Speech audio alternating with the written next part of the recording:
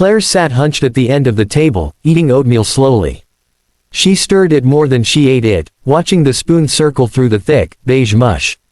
Across from her, her stepmother sat perfectly straight, wearing a cream sweater with not a single wrinkle. Her blonde hair was pinned back, her lipstick perfect even this early in the morning. She sipped black coffee in delicate, controlled movements. Beside her, Claire's father had his newspaper propped open, eyes darting between headlines. He had perfected the art of existing at the table without ever actually being part of the conversation. Claire tried to disappear into the rhythm of clinking spoons and rustling pages. But her stepmother's gaze was fixed on her like a hawk. "You're eating oatmeal again," she said flatly. "Do you know how many carbs that has?" Claire swallowed, forcing her voice to stay calm. "It's just breakfast." Her stepmother set her coffee cup down, the porcelain clicking sharply against the saucer. "This is why nothing changes, Claire. You never listen. You're lazy. You don't have discipline. You need a real lesson." Her father shifted uncomfortably behind his paper but didn't look up. "A lesson?" Claire asked. "Yes," her stepmother said with a strange smile. "I've spoken to someone, an old farmer on the edge of town. He's agreed to take you in.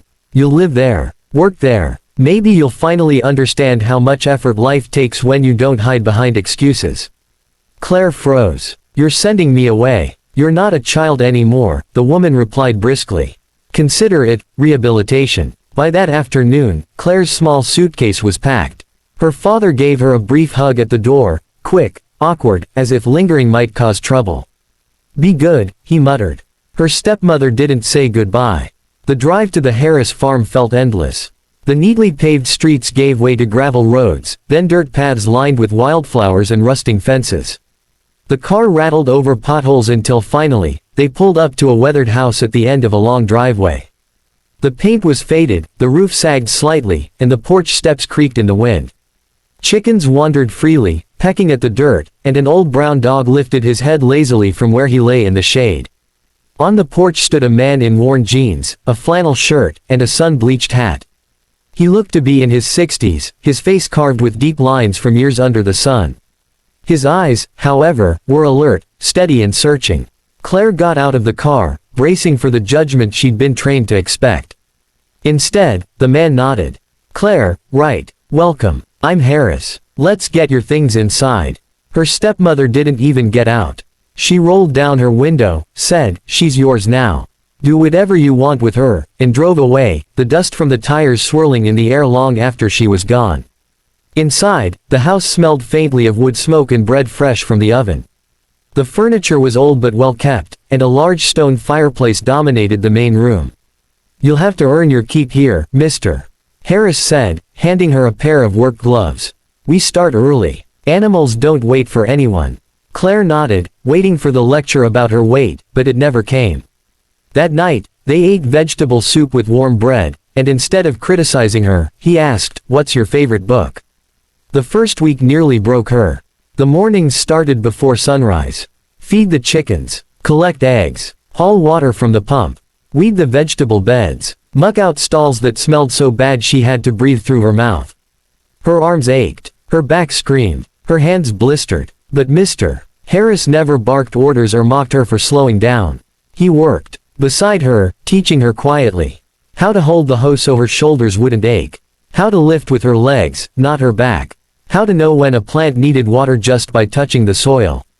One day, when she carried 2 full pails of water without stopping, he said simply, "Strong arms." And for some reason, that meant more than any compliment she'd ever received. Weeks passed, and something changed. She started sleeping soundly for the first time in years. Her clothes fit differently, not tight, but comfortable. She felt her body getting stronger. And for the first time in her life, she stopped thinking about how she looked and started noticing what her body could do. One rainy afternoon, they sat by the fire. She sipped tea while the wind rattled the windows. "Why do you live out here alone?" she asked. "Lost my wife a long time ago," he said. "Never had kids. People think I'm lonely. Truth is, I've got everything I need." He looked at her for a long moment. "You're not afraid of quiet, are you?" She shook her head. "That's rare," he said. One crisp autumn morning, Mr. Harris told her to get in the truck. They drove past miles of fields until they reached a massive estate, golden wheat swaying in the breeze, vineyards stretching over hills, barns filled with livestock. Claire's eyes widened. This place is huge. Who owns it? I do, he said. She laughed. Right. He didn't laugh back. I'm serious. All of it. Been in my family for generations. The town calls me a poor farmer because I don't live flashy. But I've been looking for someone to take it over. Someone who works hard and cares. Her heart pounded. Why are you telling me this? Because you came here as punishment. And stayed because you wanted to. You've earned it. Tears filled her eyes. All her life, people had seen her body before her soul. But here was a man who saw her for who she was. Years later, Claire would be the proud owner of thousands of acres. She'd run the farm with compassion, hiring people society had thrown away. When people asked her how she'd done it, she always smiled and said, "Sometimes, the worst thing that happens to you turns out to be the best." Kindness had rewritten her story. And it all started the day she was sent away.